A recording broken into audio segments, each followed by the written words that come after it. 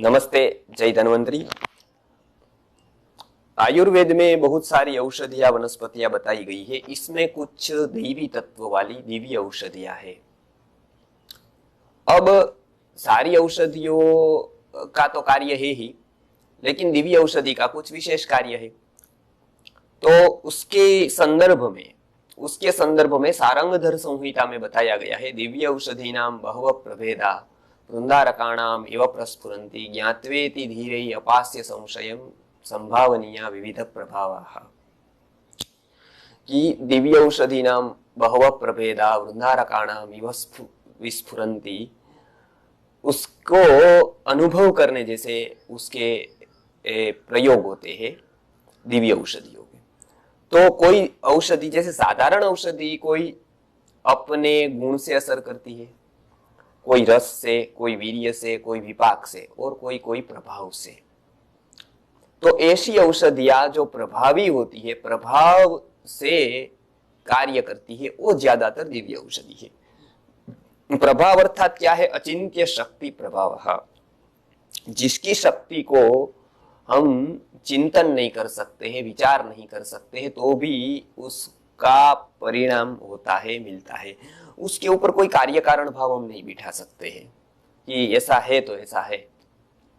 तो इसको प्रायः दिव्य औषधि कहा है, क्योंकि वो कुछ यूनिक है। वो बताया नहीं जा सकता है कि वो औषधि में क्या यूनिक है, लेकिन यूनिक है। ऐसी एक अद्भुत औषधि की हम आज बात करेंगे, उसका नाम है रुद्राक्ष। धार्मिक मान्यताओं के आधार पर तो रुद्राक्ष की उत्पत्ति की बहुत ही कथा है। तो लेकिन आज हम धार्मिक की बात नहीं करेंगे। धार्मिक विधि पुराण में तो बहुत इसकी कथाएं हैं, जैसे स्कंद पुराण हो गया, जैसे लिंग पुराण हो गया, जैसे और पुराण हो गए, उसमें रुद्राक्ष की उत्पत्ति की कथाएं बताई गई है। आयुर्वेद की दृष्टि से रुद्राक्ष का क्या महत्व है, मतलब रुद्राक्ष उत्पन्न कैसे हुआ है, कि भाई वो कहीं देव से, अश्रु से हुआ है कि कैसे, वो बात हम अभी छोड़ देते हैं। वो पुराणों में बात आती है, वो कुछ समझाने के लिए, उसके गुण दर्शाने के लिए दी गई है।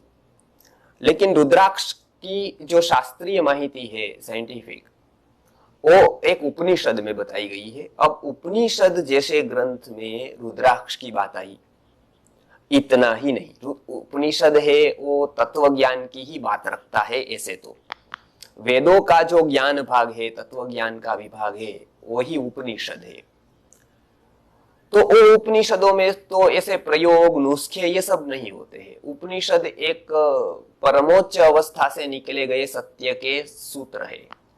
तो उसमें रुद्राक्ष की केवल बात नहीं आई, रुद्राक्ष के ऊपर एक उपनिषद बना है। तो रुद्राक्ष के ऊपर जो उपनिषद बना, उसका नाम रुद्राक्ष झाबालोपनिषद है। उसका नाम रुद्राक्ष झाबालोपनिषद। ये रुद्र झाबालोपनिषद में या रुद्राक्ष झाबालोपनिषद में रुद्राक्ष के 21 मुखी तक के प्रकार बताए हैं। एक मुखी से लेकर 21 मुखी तक अलग अलग रुद्राक्ष के प्रकार होते हैं। रुद्राक्ष के अलग अलग प्रकार होते हैं, साथ साथ में उसके अलग अलग आयुर्वेदिक दृष्टि से उपयोग भी होते हैं। अब साधारणता से रुद्राक्ष का क्या गुण है, वो दर्शाते हुए आयुर्वेद की संहिता में बताया गया है। रुद्राक्षम अम्लम उष्णंच वातघ्नम कफनाशनम शिरो अर्ति शमनम रुच्यम भूत ग्रह विनाशनम।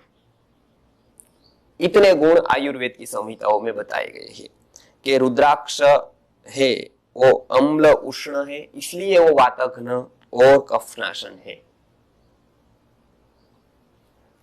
शिरोअर्ति शमनम, शीर के रोगों को दूर करने वाला है। रुच्य है, रुचिकर, रुचि को बढ़ाने वाला है। भूतग्रह विनाशनम, भूतग्रह को, नेगेटिविटी को दूर करता है। हृदय के लिए बहुत उपयोगी होता है धारण करने से। अब रुद्राक्ष का 3 उपयोग अलग अलग होता है मुख्यता से। एक तो पूजा के लिए लोग उपयोग करते हैं, उसकी हम बात नहीं करेंगे। धारण के लिए उपयोग करते हैं, उसके कुछ शारीरिक फायदे हैं, प्राण तत्वों पर उसका प्रभाव है। और तीसरा है वो औषधीय उपयोग। आज जो हमारा विषय है वो औषधीय उपयोग में है। तो रुद्राक्ष ये उपयोगी तो चिकित्सा की दृष्टि से बहुत ही उपयोगी है। हमारे यहाँ राजकोट में अर्थात गुजरात में बहुत कम पेड़ रुद्राक्ष के हैं, वो हरिद्वार में कहीं कहीं देखने को मिलते हैं। खास करके इंडोनेशिया, भूटान, नेपाल, वहां पर बहुत ज्यादा पेड़ पाए जाते हैं रुद्राक्ष के।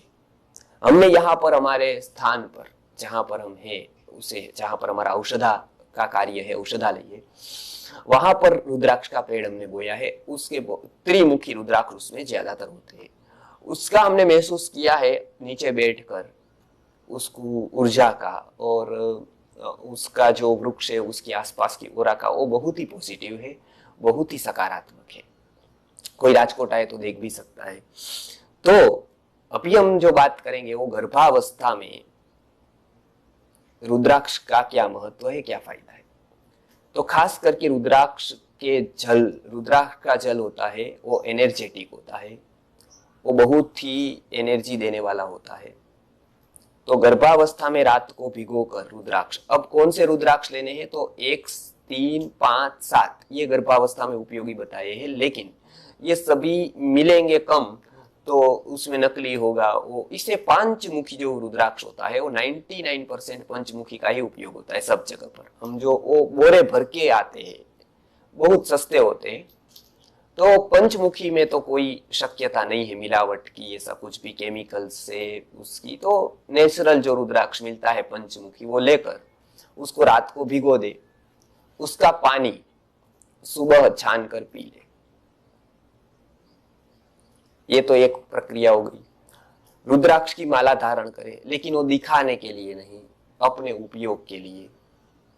तो हृदय को वो स्पर्श करे, यहाँ पर स्पर्श करे, उस तरह से उसकी माला भी पहन सकते हैं। और रुद्राक्ष को पानी में डालकर उसका कभी कभी कोई विशेष रोग हो, जैसे हिचकी आ रही हो, वायु बढ़ गया हो, कफ का हो, तो उसका क्वाथ भी पी सकते हैं, लेकिन वो थोड़ा कठिन होता है। इसीलिए रुद्राक्ष का तो यही है कि उसको डालकर उसका पानी पीना वो सर्वाधिक महत्वपूर्ण है। और उसका